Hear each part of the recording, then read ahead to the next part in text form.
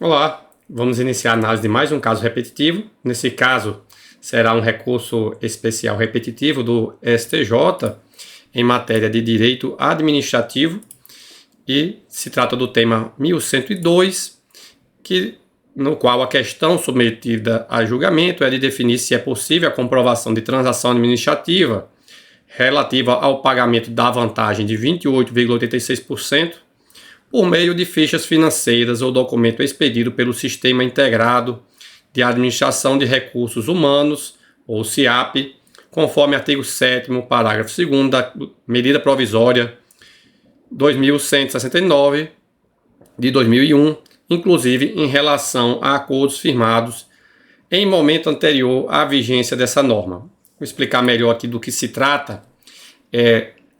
Em 93, houve duas leis do governo federal tratando sobre reajustes nesse valor de 28,86% para militares. E foi firmado o entendimento pelo Supremo Tribunal Federal de que esse reajuste aqui seria um reajuste de caráter geral, pelo que deveria ser estendido também aos servidores civis. Isso é objeto de súmula do STF, a súmula 672, que foi também depois a mesma redação incorporada à súmula vinculante do STF, no enunciado 51. Então, quanto ao direito a esse reajuste, já resta aqui pacificado esse entendimento sumulado pelo STF, certo? No entanto, ainda há muitas ações que foram ajuizadas lá naquela época, portanto, no início dos anos 90 ou meados dos anos 90, e que ainda estão em trâmite até hoje, porque esses processos foram até o STF e estão agora em fase de cumprimento de sentença. E,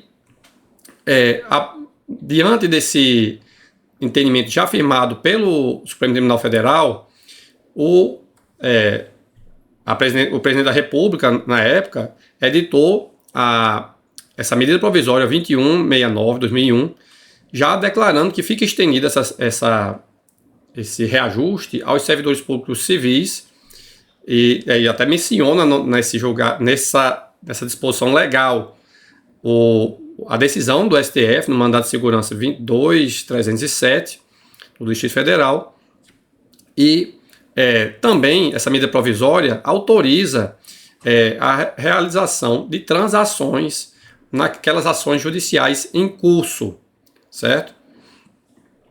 E no parágrafo 2º aqui se destaca que, para efeito da homologação da transação prevista no caput, a falta do instrumento de transação por eventual extravio será suprida pela apresentação de documento expedido pelo SIAP que comprove a celebração da avença. Portanto, tem aqui essa previsão na medida provisória de que o registro no SIAP dos pagamentos decorrentes dessa transação faz prova da própria transação, em caso não haver o termo de acordo apresentado pela Procuradoria da União ou a Procuradoria Geral Federal. Então, de outra mão, o Código Civil 2002 disciplina, e aí como uma lei geral, uma norma geral do direito, que transação prova-se mediante escritura pública. E se a matéria é objeto de contestação em juízo, poderá ser feito por escritura pública ou por termo nos autos com homologação pelo juiz. E aí, a análise do STJ é sobre se essa medida provisória, se ela produz efeitos também para transações realizadas antes da sua promulgação, certo? Antes da sua publicação. Então, o fundamento da medida provisória seria da criação de um método para a demonstração da existência de negócios jurídicos através de documentos do SIAP, ou seja, ele explicita que documentos do SIAP fazem prova das transações. De outra mão, o STJ se debruçou sobre a questão de que o próprio SIAP, como ele é um registro em sistema de informação público, ou seja, da administração pública, ele é um documento público. Portanto, independentemente de haver a medida provisória, ele comprova a existência dos pagamentos nele registrados. Agora, quanto à transação, como ela tem por disposição legal, no caso do Código Civil, exigindo um instrumento legal específico, no caso, escritura pública ou registro em termos nos autos, com homologação judicial, para produzir efeitos, entendeu o STJ que apenas a partir da medida provisória que o registro no SIAP vai fazer prova da transação. O que é que isso vai implicar? Né? Porque quando você transaciona, você abre mão da discussão de qualquer diferença. Então, o pagamento será feito nos termos do termo de acordo, não havendo mais margem para o administrado, no caso, pleitear qualquer outra diferença além daquela prevista no termo de acordo, certo? Então, mais na frente eu vou deixar isso bem claro, até com um mapa mental. Então, o STJ definiu, então, que, como eu disse, que a medida provisória apenas se aplica aos negócios jurídicos celebrados após sua edição para fim de comprovação da transação.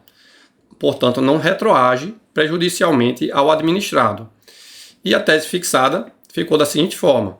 Primeiramente, no item A, é possível a comprovação de transação administrativa relativa ao pagamento da vantagem 28,86% por meio de fichas financeiras ou documento expedido pelo SIAP, conforme artigo 7º, parágrafo 2º da medida provisória 2169 de 2001, apenas em relação a acordos firmados em momento posterior à vigência dessa norma.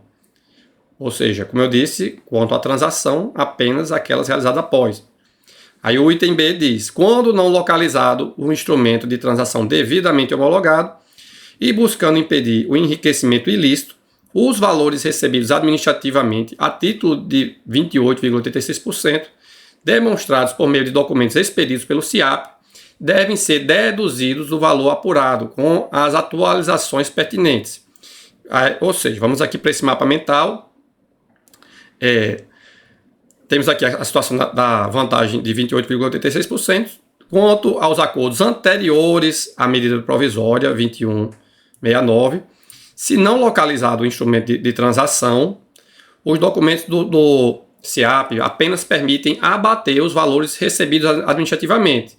Portanto, não impede a cobrança de eventuais diferenças. Se o administrado entender que era devido um valor maior do que o que foi pago e registrado no SIAP, e se não há esse termo de acordo pelo julgado aqui, seria possível ainda a cobrança desses valores mediante o abatimento daqueles valores que estão registrados no SIAP, certo? De outra mão, se o acordo é posterior à medida provisória, então basta a apresentação das fichas financeiras ou outro documento do SIAP para comprovar que esse acordo aconteceu, portanto, impede a cobrança de qualquer outro valor, porque a transação implica numa renúncia da cobrança de valores, certo? Esse mapa mental, como eu já mencionei em outros vídeos, ele faz parte do material complementar do meu curso de Informática Aplicada. Está aqui o QR Code para consulta, tem links na descrição. Se curtiram esse conteúdo, considerem se inscrever no canal e clicar no botão de curtir. Muito obrigado e até a próxima.